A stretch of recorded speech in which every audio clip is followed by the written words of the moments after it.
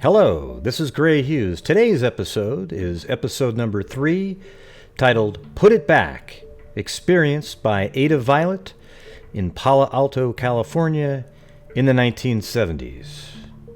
Now, before we get started on the episode, I'd like to invite you to subscribe to my personal paranormal experiences channel, which is listed in the description, and make sure you hit the subscribe and notification bell.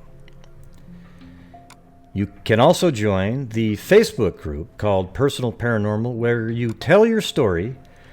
I create a folder, put the story in there with all the photos and so forth, and then you will call me up, do an interview, and I can put your story out in documentary form, just like this one. This is the 3rd episode. I did one on my own personal experience in the first episode.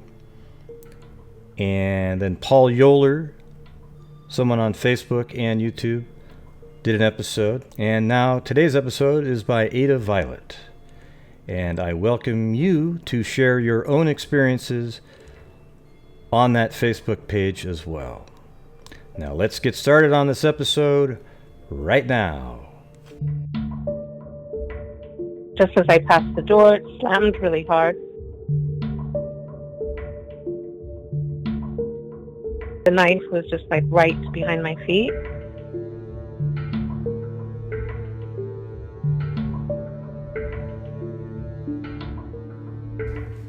Okay, my story was when I was 12 years old, and that day I went to the library. It's called the Palo Children's Library, and it's a really nice place. It has a children's theater behind it and a secret garden, so I would spend a lot of time there. But at that time, they had, a lot of books, which I was interested in, on the occult, that you could check out, even like reincarnation, all kinds of different things. So I checked out this book on the occult, and I can't remember the name of it, just that it had occult in the title, the word occult. So I checked that out and just went back home. I lived right just on the corner on the same street. And I think it was the same day. I must have just put the book aside or maybe read a little bit. But first thing that happened was with the TV. I was watching the TV, and it's like one of those older TVs that has the manual dials. Well, the dial itself started turning around and around really fast. And I would say that was probably for about 30 seconds or so. And also the TV channels were changing while the dial was turning around by itself. That's crazy. Yeah. I think at that point, I would start calling family members or running out of the house. Yeah. Yeah, you're just watching the TV and you just see the dial start turning really fast. Yeah, I'm running out of the house at that point. I mean, it's like, or maybe I'd go over and try to see, hey, wait, what's going on? Try to hold on to the knob, and why is it turning? Because, I mean, it's not like those can't turn by themselves. Okay, and then the second thing that happened that day, which I think was related to the book, was nothing that huge, but I was walking down the hallway, and then I was going into the TV room, family room, and, just as I passed the door, it slammed really hard. And it seemed like it was with, force. And there was nobody there, and also I didn't, feel like there was any winds coming through the windows that day. So the door's shut. There was no suction created inside the house that would have slammed that. Okay. And then the third thing that happened that day was when I think it was later in the afternoon. I was making a sandwich, and so I just put a knife on the table, and then I walked across the kitchen. I was going to grab something, and then as I was standing there with my back to where I had put the knife, I heard this like clunk behind me, and I looked behind me, and the knife was just like right behind my feet. And also, it didn't feel like it flew across and just sort of like, because if it would have flown across the room, wouldn't it have slid or something like that? Yeah, so it just kind of clunked. I don't know. Yeah, it went clunk behind my feet, so it was just like right behind my feet. Almost like it was floating in the air, like they were some entity was holding it and then dropped it, like that, right? Exactly, like it just dropped right behind my feet, like it was kind of like whoosh down. Even though I don't think I heard like a whoosh or anything like that, it was just a clunk. It was at that point I just called my mom and I was saying, this and this happened, and I explained it to her. And she said, and I was sort of saying, I got this book, and I think it might be because of that book. And she was agreeing with me, saying, yeah, you need to take that back immediately. So I took it back to the library. That's all I remember about that. And I just remember that nothing else happened after that. Wow.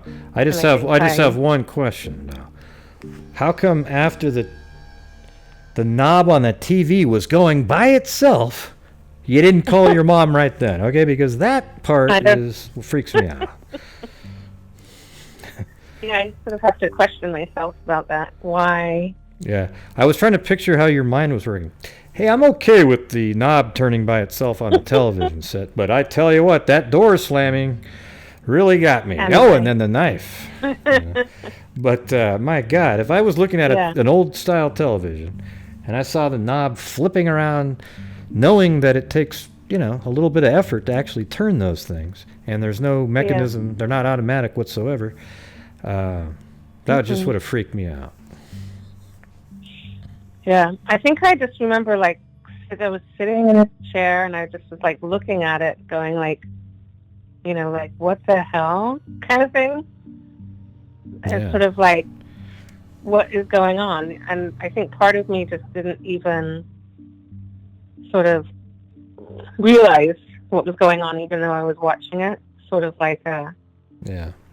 is this really happening kind of thing, Maybe part of me thought there was some explanation for it or something. Yeah. Wow. This happened out of the blue. Well, thank God your mom had you bring back the book. Yeah. I mean, you never know what would have happened. So it makes me wonder if, other people, other children, checked that book out if they had the same experience. Now, wouldn't that be interesting? If somebody actually said, oh my God, I checked out that same book. Yeah, I mean, sure, the book is there to be checked out, so tons of children in there all the time, and I don't know when the book was published, or I don't remember any of that, but the library itself has been there since 1940. What made you interested in, the occult and stuff like that at that age? I don't remember any one thing happening that made me interested in that. I can't, there obviously had to be something that started my interest in it, but I really can't remember, just that I know that I think I may have started reading books on reincarnation, that type of thing interested me. Yeah. And so, I still have that same interest to this day, although I probably don't get books on the occult or anything like that, but... Yeah, what's interesting about that is that, at that time we're just free and open to it. Now you'd be scared to play the Ouija, with a Ouija board or something. You'd be a little apprehensive. But in this case, you became apprehensive after something happened. It wasn't like you were already kind of freaking out. Oh, I'm going to get this book, and who knows, there might be some kind of... Yeah. It was like you just sort of put two and two together, basically. Yeah. All right, Ada. Well, thank you very much for your story. That was crazy. A turning knob. And a knife. Yeah, thank you. And a door. I appreciate it. All right, thanks a lot. Thank you for joining the Personal Paranormal Experiences channel on YouTube. And if you'd like to share your own story, make sure to join the Facebook group Personal Paranormal. Today's episode was by Ada Violet, episode number 3, titled Put It Back. And until next time, everybody, be safe out there.